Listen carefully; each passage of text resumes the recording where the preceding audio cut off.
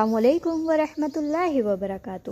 آج کی ہم اپنی رمضان سیریز 6 میں بات کریں گے نماز کے فائدے اور اسے نہ پڑھنے کے نقصان۔ تو اس ویڈیو کو آپ زیادہ سے زیادہ شیئر کریں اور جس سے اس کا ثواب آپ کو بھی مل سکے، کوئی بھی دین کی بات پھیلانے سے اور آپ جس سے لوگ نماز کے پابند ہو سکیں، جو اس کا ثواب ہے وہ آپ کو بھی مل سکے۔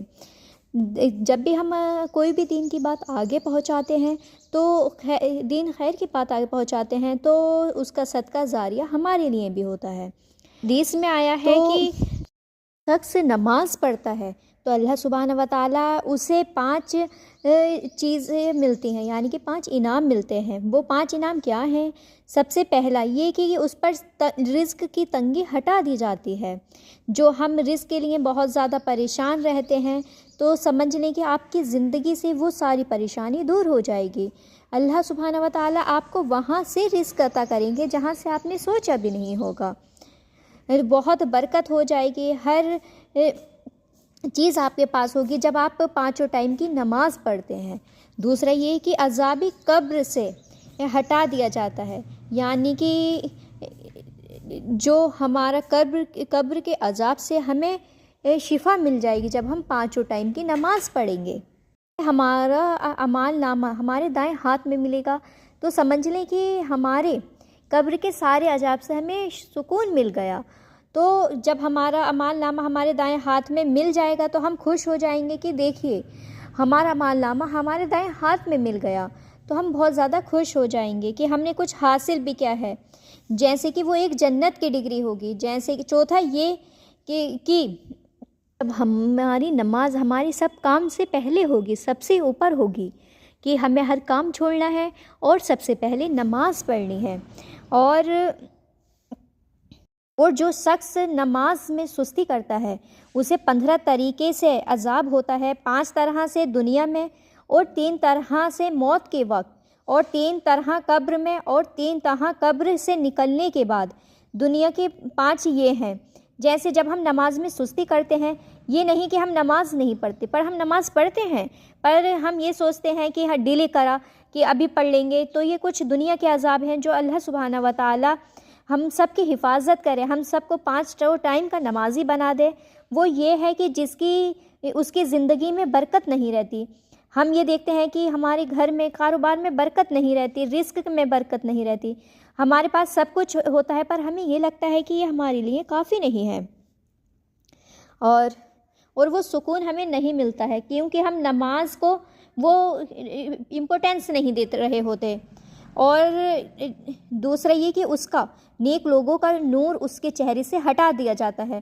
کچھ لوگوں کے چہرے پر آپ دیکھیں گے کہ وہ نور نہیں ہوتا ہے، خوبصورت ہوتے ہیں پھر بھی وہ بات نہیں ہوتی ہے کہ آپ کہیں کہ یہ نور ہے، یہ خوبصورتی ہے، یہ کشش ہے، تو اللہ سبحانہ و تعالیٰ وہ نور ہٹا دیتے ہیں اس شخص کے چہرے پر۔ تیسرا یہ کہ اس کے نیک کاموں کا اثر ہٹا دیا جاتا ہے، یعنی کہ ہم سوچتے ہیں کہ ہم نماز نہیں پڑھ رہے ہیں، ہم اور نیک کام تو کر رہے ہیں کہ ہم لوگوں کی مدد بھی کر رہے ہیں، یا ہم گھر والوں کے ساتھ اچھے ہیں، کچھ بھی نیکی ہو سکتی ہے، ہم کچھ بھی نیکی کر رہے ہوتے ہیں، ہم یہ سوچ رہے ہوتے ہیں ہم یہ نماز نہیں پڑھ رہے ہیں تو ہم یہ نیکی تو کر رہے ہیں، لیکن نہیں، نماز نہ پڑھنا سب سے بڑا گناہ ہے، اور اس کا جو عذاب ملتا ہے اور جو سزا ملتی ہے وہ الگ ہے۔ اس لیے ہم نہیں بچ پائیں گے کہ ہم اور نیکی کر رہے ہیں تو ہم نماز چھوڑ دیں۔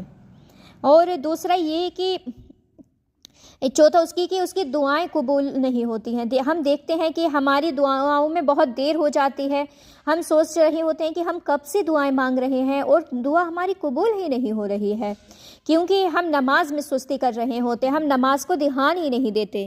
جب تک ہم اللہ کو سب سے اوپر نہیں رکھیں گے اپنی زندگی میں تو وہ رسپانس اور وہ جلدی سے دعا کی قبولیت کے چانسز کیسے بڑھیں گے جب ہم خود ہی نماز ٹائم سے نہیں پڑھتے ہیں۔ اور موت کے وقت کا عذاب یہ ہے کہ وہ بہت ذلت کی موت مرتا ہے، وہ کسی بھی طریقے سے ہو سکتی ہے۔ دوسرا یہ کہ وہ بھوکا مرتا ہے، اور تیسرا یہ کہ وہ پیار کی شدت، یعنی کہ بہت اسے پیاس لگتی ہے، یعنی کہ وہ سمندر بھی پی لے تو اس کی پیاس نہیں بجھتی ہے۔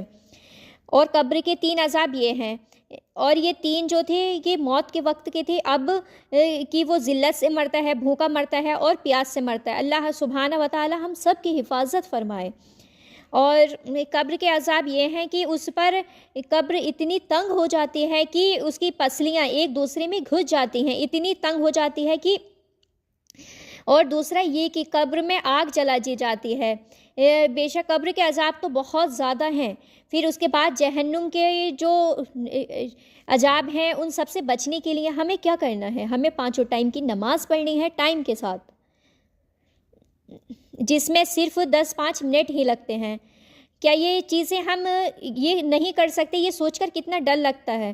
اللہ سبحانہ و تعالی، میرے پاس الفاظ ہی نہیں ہیں کہ بس ایک دعا نکل رہی ہے کہ اللہ ہم سب کی حفاظت عطا فرمائے، کوئی بھی اس چیز تک نہ پہنچے، یا اللہ ہم سب کو 5 وقت کا نمازی بنا دے اور ٹائم سے نماز پڑھنے کی توفیق عطا فرما۔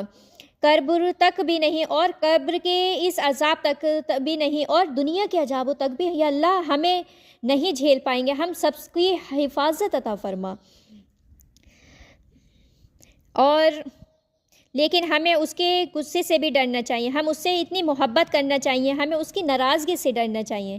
ہمیں پتہ ہے کہ جب ہم کہتے ہیں ہر نماز میں اہدنا الصراط المستقیم، دکھا راستہ ہم کو سیدھا، ہدایت کا راستہ، ان لوگوں کا پر راستہ جن پر تیرا انعام ہے، جس پر تو خوش ہے، ان کا نہیں جس پر تو ناراض ہے۔ ہر نماز میں یہ دعا اللہ سبحانہ و تعالی نے سکھائی ہے کہ ہر مسئلے کے لیے ہم اللہ سے گائیڈنس مانگ رہے ہیں، یا اللہ کی تو ہمیں گائیڈنس کر، جوہر سے عصر سے کے بیچ میں آپ کا کوئی ایسا بزنس ہے، کوئی رشتوں کا ڈیسیزن لینا ہے، یا پھر عصر کے بیچ میں یا مغرب کے بیچ میں، تو یہ دعا آپ کو ایسی ہدایت دیتی ہے، ایسی گائیڈ کرتی ہے کہ اللہ آپ کے دل میں کوئی صحیح چیز ڈال دیتا ہے، آپ کو وہ راستہ سمجھ میں آ جاتا ہے، آپ مطمئن ہو جاتے ہیں۔ یہ نماز ہمارے لیے ایک تحفہ ہے سکون کے لیے۔ جب ہم نماز نہیں پڑھتے بے سکون رہتے ہیں، جیسے ہماری باڈی کی کچھ نیڈ ہوتی ہے، کھانا کھانا، پانی پینا ہے اور ہوا پانی لینا، اور اسی طرح سے ہماری روح کی بھی کچھ نیڈ ہوتی ہے۔ جب